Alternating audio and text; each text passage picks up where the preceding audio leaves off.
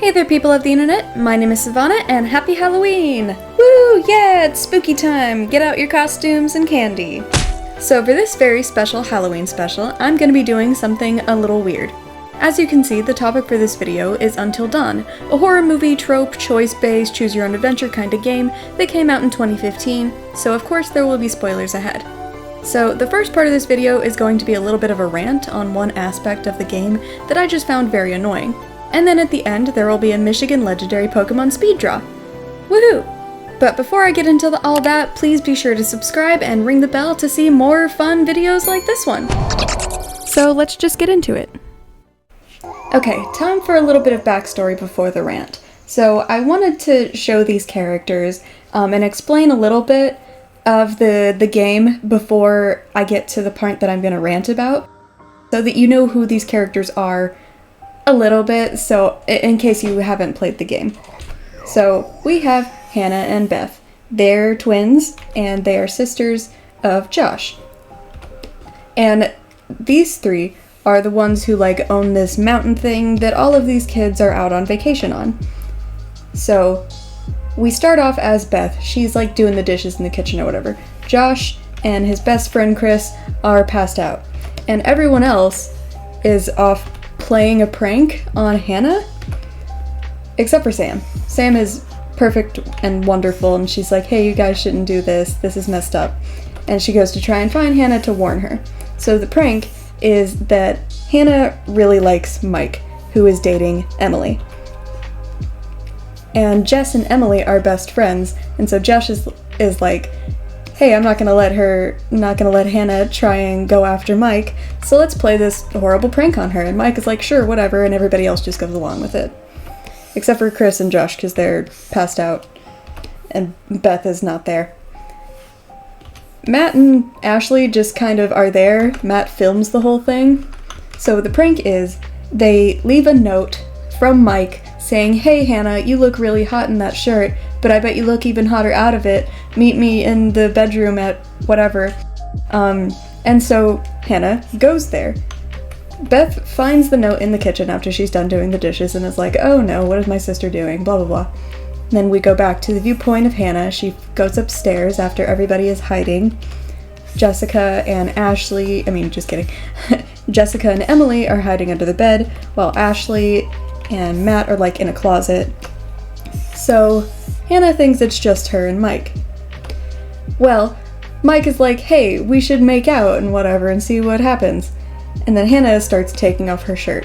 Also, it's Jess made this whole game happen, it's all her fault, but also Hannah knows that Mike and Emily are a thing and doesn't care. She doesn't care that Mike is potentially cheating on his girlfriend, which is her friend, I guess. It's a whole thing. So anyway, she starts to take off her shirt, and then Emily and Jessica start laughing. That's apparently laughter, sure. And Hannah hears them and is like, oh no, what are you guys doing? And then they all start kind of apologizing, and she runs away. So she runs outside. I don't know what I just did there. She runs outside, and then Beth follows her. She's like, hey, what did you guys do? And they're like, oh, it was just a prank. And so she follows her outside. So, while everyone else is inside the house, all safe and whatnot, Hannah and Beth are outside in the woods, and it's snowing because they're up in the mountains at the ski lodge resort that their family owns. And then weird stuff starts to happen. They hear screaming and a weird animal cry, and Beth sees fire while she's out looking for Hannah. She finds Hannah, is like, oh, you must be freezing, gives her her coat, and then something starts chasing them, something with infrared vision. So they run through the forest and eventually get to a cliff and back up, and then Hannah falls off the cliff and Beth grabs her and they fall. Beth actually ends up holding on to a branch, but they eventually still fall and they die. So that's the beginning of the game. They're no longer here. They're gonna go over here because they're dead. So Josh decides, hey, it's 1 year later, I'm gonna invite all of my friends back to the lodge where my sisters went missing, thanks to you guys pulling a prank on them. That's totally not sketchy at all. So then we get back to the present day where you meet Sam. You play as Sam first. You're gonna play as all of these characters if you play the game. Not that it matters for this, really. You play as Sam, and she gets off the bus. I'm gonna go ahead and put up this map. It's a very good map, I promise. Everything makes sense. So, before I get ahead of myself, Sam comes in, she's going to the cable car station where she finds Chris. And then they decide they're gonna, they're just gonna go up to the other cable car station where Jessica is. And they make fun of her for waiting for Mike and whatever, and she's like, yeah, whatever, they're not together anymore, I'm with Mike now, blah blah blah. And so they're like, okay, whatever. And then you meet Emily and Matt. And they are already up here, going across the bridge, where a wild Mike appears and scares them. These two have a little beef because they used to date and now they're not dating anymore. These two decide they're gonna be mature bros and not fight and all that good stuff. And then Mike is like, alright, whatever, I'm out of here, I'm gonna go this way. Emily is then like, hey, Matt, can you take all of the bags all the way up to the house, up to the lodge? I'm gonna go find Sam, because I totally forgot I needed to talk to her before we get up there. Like a liar. And then Matt's like, sure, okay, whatever. And then we go to Ashley, who's up at the viewfinder, and she happens to see, Mike and Emily talking, and she's like, oh no, someone's very friendly. This is kind of getting weird. And then Matt, that wasn't supposed to happen. Then Matt joins her and scares her and wants to look through the viewfinder. So this is a choice-based game, but you're probably gonna choose to look at what your girlfriend's doing. So then he sees them, they're talking and laughing, not laughing, they're talking and then they hug, and he gets all jealous because, he thinks his girlfriend's cheating on him because Emily's a bitch. She sucks. And then the next thing we see is Mike, who meets up with Jess at the cable car station. So at this time, Josh, he's at the house. Chris and Sam meet everyone else up at the house. And you play as Mike and Jess, and they're flirting at the cable car station up the mountain. This is the mountain. That says mountain. And they're flirting for a little while and making sexual innuendos before they decide they want to go to the house too. So everybody gets to the house before Emily. After her and Mike have that talk, she just doesn't exist. He goes all the way back to the cable car station to hang out with Jess. They flirt here for a while, and then they go to the house, and then Emily comes after them. So it's never explained where she is, where she went, or if she was just creeping. I like to think she was just creeping because she totally still likes Mike and hates Jessica, even though they used to be best friends. It's a mess. So that's part of the rant, but then the second part of the rant is really stupid and annoying and actually upsets me. So after Emily gets here, her and Jess fight.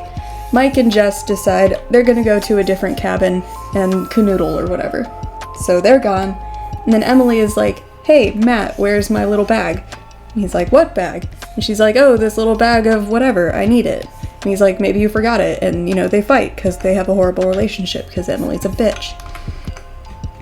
So they decide to go find her bag. And then they're just gone for a lot of the game. They don't come back until okay. So this game, you play this game in chapters.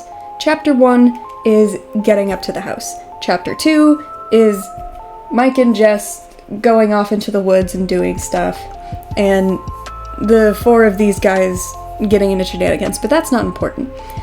These guys don't come back until chapter 3, and you have no idea where they went, if they found her bag, or what they were doing for 3 hours, because each chapter is an hour. So this is the part that upsets me, is that Emily's bag is a DLC that you get for pre-ordering the game back in 2015. And I just think it's really stupid. I watched like a 10-minute video on it, on the pre-order, and like how you play it, and it's just walking around, these two like flirting or possibly fighting depending on your choices, and then they get creeped out or hear a scream that comes from Jessica in hour 2. Spoilers, excuse me. And they don't meet back up with the rest of the crew until like chapter 3. And it doesn't make sense time-wise. And also, it doesn't make sense for Emily's stupid bag adventure to be a DLC. It could have just been part of the game or not existed at all. So that's mostly what I'm annoyed about, is that Emily going off and creeping was never established or explained. She was just gone, and then her and Matt were just gone for like 3 hours with no explanation, and then they just come back and they're like, hey, what's going on? All this crazy stuff is going on, and it's just dumb and annoying. But I really love the rest of the game. Like, I have played this game over and over. I have completed it. I've gotten all the trophies. I've done like every dialogue option, but I haven't played the DLC because I didn't pre-order it, because I didn't have a PS4 in 2015. So that's my rant about Emily. Mostly. She sucks. But yeah, this whole game is Jess's fault for wanting to play a prank on Hannah, because it gets them killed. Sort of. So Hannah and Beth, they run out into the storm, they fall down a cliff. You see Beth hit a rock and break her spine, and she dies immediately. But later throughout the game, you find that there are these weird creepy monsters that are hunting all of the kids and stuff, and then you find out that Hannah actually survived, and she had just been missing for that entire year.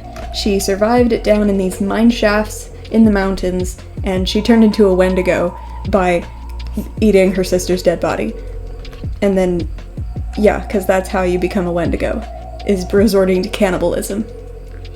So that's a good segue to the legendary Pokémon that's based off a Wendigo. Yay! I'm done. So here we have Windigost, the ghost ice-type Wendigo legendary Pokémon of the Minichi region. It would be considered one of the box legendaries, so it's pretty important. For anyone who doesn't know what a Wendigo is, let me explain. A Wendigo is a Native American mythological malevolent spirit that possesses people to invoke feelings of insatiable greed or hunger, most notably the desire to cannibalize other humans. In Until Dawn, the cursed spirit of the Wendigo only possesses a person if they resort to cannibalism up in these specific mountains.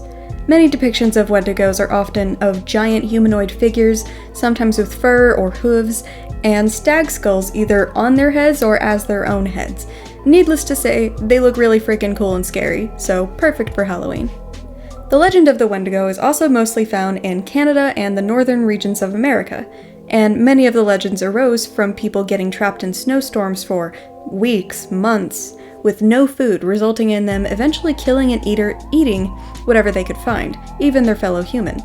So Windigost just had to be ice-type, and its name is derived from Windigo, a alternate transliteration of Wendigo, and ghost, but without the H, cause Pokemon be like that sometimes.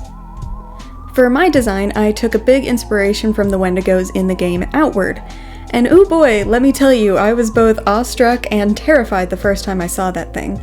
It was beautiful and mystical, and I was just like, what is that? And then it came running at me, and I sprinted for my life because it was really strong and would kill me instantly. Anyway, for that reason, I wanted Windigost to look both terrifying but also somewhat enchanting, so I gave it these little wispy, ghostly flames around its eyes to kind of look like will-o-wisps, you know, little forest spirits, and wanted to break up the bony proportions of its body to look like ice bits, you know, kind of like the saying, chilled to the bone, so it wasn't just a skeletal form covered in fur. Choosing the colors was really easy because, you know, the skull portion and the antlers are going to be bone colored, the ice is going to be an icy blue, and for the neck fur, I just took it from the Outward Wendigos, where they were like this mystical white, blue, gray-ish, and then the body I just wanted to be kind of dark, but not fully black, so I went with this dark navy blue-gray kind of thing. So yeah, thank you all so much for watching. I hope you enjoyed this style of video. I definitely plan to do more art rants in the future because I just think it's a lot of fun. But let me know what you all think in the comments. Happy Halloween, take care, and I'll see you in the next one.